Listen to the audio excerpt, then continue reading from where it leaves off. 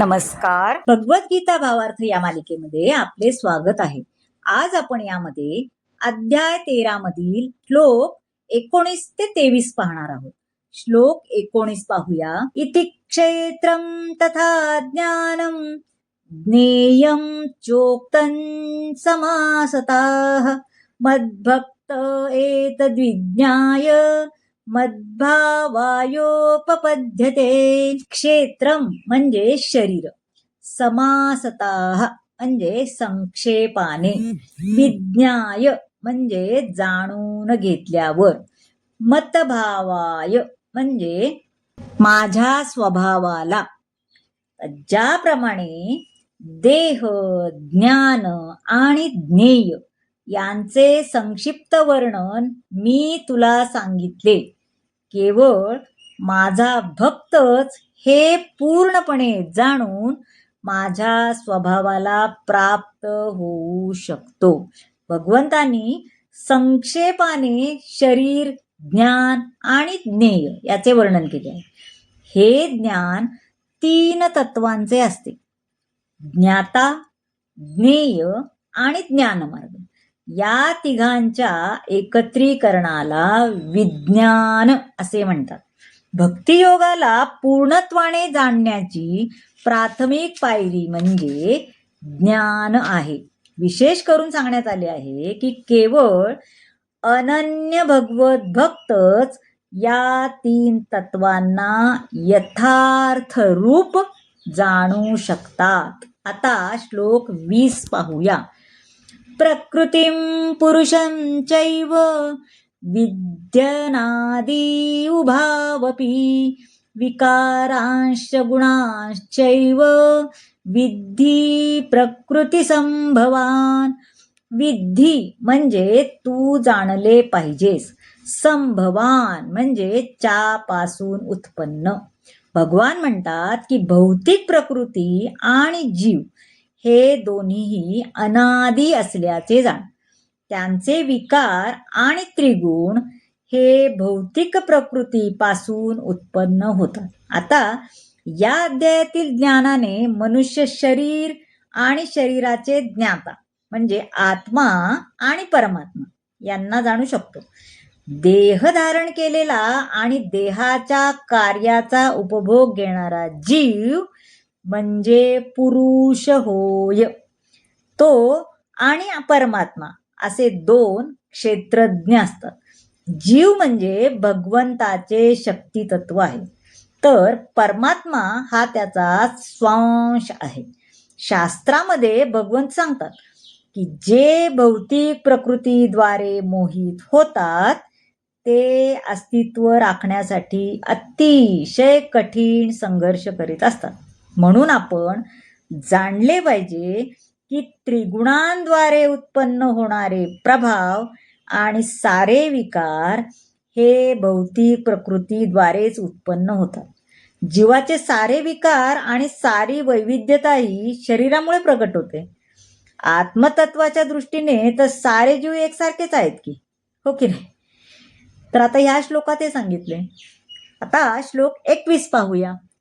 कार्यकारण कर्तृत्वे हेतु प्रकृतिरुच्यते पुरुषाः सुख दुःखानां भोक्तृत्वे हेतुरुच्यते. उच्यते म्हणजे म्हटली जाते, भोक्तृत्वे म्हणजे भोगाला. प्रकृती ही सर्व भौतिक कार्य करणाऱ्यांना कारणीभूत असल्याचे म्हटले जाते. कार्यकारणांना कारणीभूत असल्याचे म्हटले जाते. तर जीव या संसारातील विविध सुखदुःखाच्या उपभोगास कारणीभूत असल्याचे म्हटले जाते. आता जीवांची निरनिराळ्या प्रकारची शरीरे आणि इंद्रिय ही भौतिक प्रकृतीमुळे उत्पन्न होतात. जीवांच्या 84 लाख भिन्न भिन्न योनी आहेत. या सर्व वैविध्यपूर्ण योनी भौतिक प्रकृतीमुळे उत्पन्न होतात. त्या जीवांच्या निरनिराळ्या इंद्रिय सुखाच्या कामनांमुळे निर्माण होतात. निरनिराळ्या प्रकारची शारीरिक सुखे प्राप्त करण्यासाठी सर्वजण अतिशय कठोर परिश्रम करत आहेत. इंद्रिय ही कामना पूर्ती करण्याची साधने आहेत, आता जीवाला आपल्या गतकाळातील इच्छा आणि कर्मानुसार सुखकारक अथवा दुःखकारक परिस्थिती प्राप्त होते. ज्याला ज्या प्रकारचे शरीर प्राप्त झाले आहे त्याने त्या प्रकारेच वागले पाहिजे की नाही. तो इतर काही करू शकत नाही.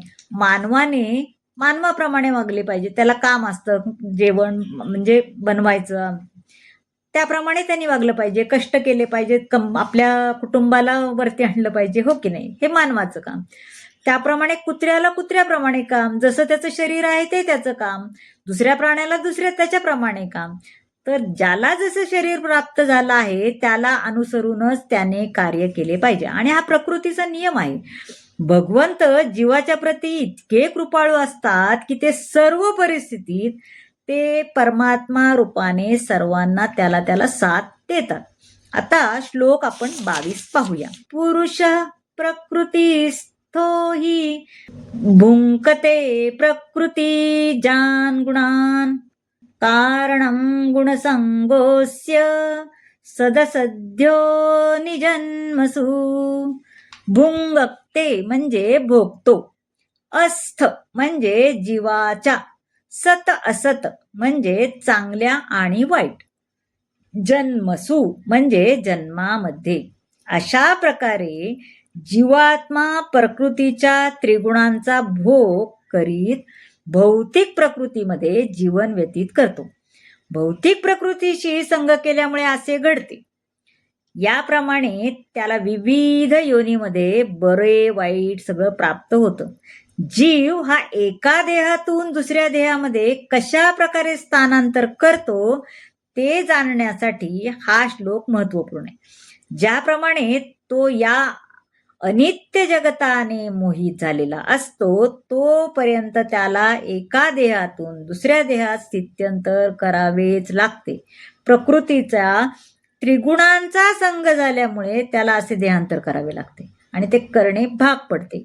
म्हणून त्रिगुणातीत होऊन दिव्यावस्थेत स्थिर झाले पाहिजे. आपल्याला सगळ्या योनीमध्ये जायचंय का?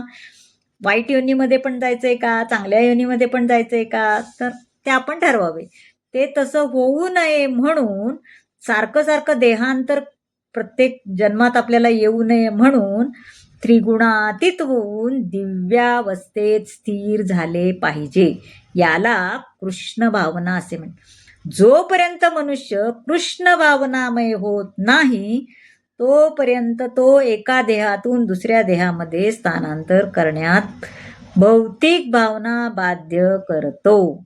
भगवंताच्या सहवासात जसे त्याला ज्ञान प्राप्त होते तसा तो सच्चिदानंद जीवनाचा आस्वाद घेतो. आता श्लोक 23 पाहूया.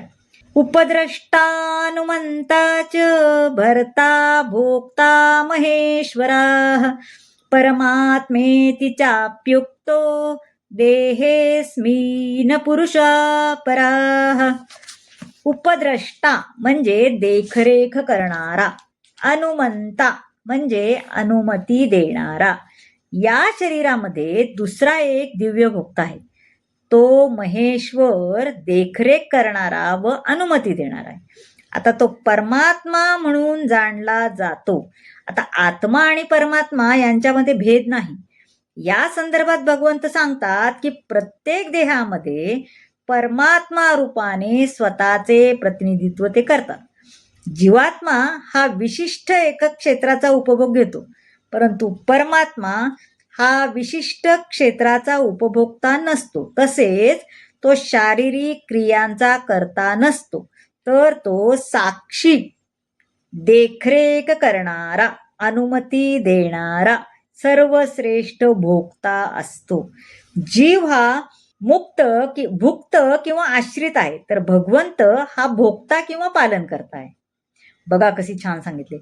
जीव हा भुक्त किंवा आश्रित आहे, तर भगवंत भोक्ता किंवा पालन करताय. भौतिक प्रकृतीमध्ये त्याने केलेले कर्म हे त्याच्या वास्तविक सुखासाठी सहाय्यकारक ठरू शकत नाही. ते म्हणतात की त्याचा तू त्याग कर, भौतिक सुखाचा त्याग कर आणि तुझी श्रद्धा माझ्यावर दृढ कर, तरच तू सुखी होशील. म्हणून जो बुद्धिमान मनुष्य आपली श्रद्धा परमात्म्याच्या किंवा भगवंताच्या ठाई दृढ करतो तो सच्चिदानंद जीवनाकडे प्रगती करू लागतो. तर मंडळी, देहाबद्दल आणि सर्व आपल्या देहामध्ये कशा प्रकारे स्थित्यंतर होतात हे सांगणारा हा भाग तुम्हाला कसा वाटला नक्की सांगा. आवडला असेल तर लाईक करा, शेअर करा, सबस्क्राईब करा आणि कमेंट जरूर करा. धन्यवाद.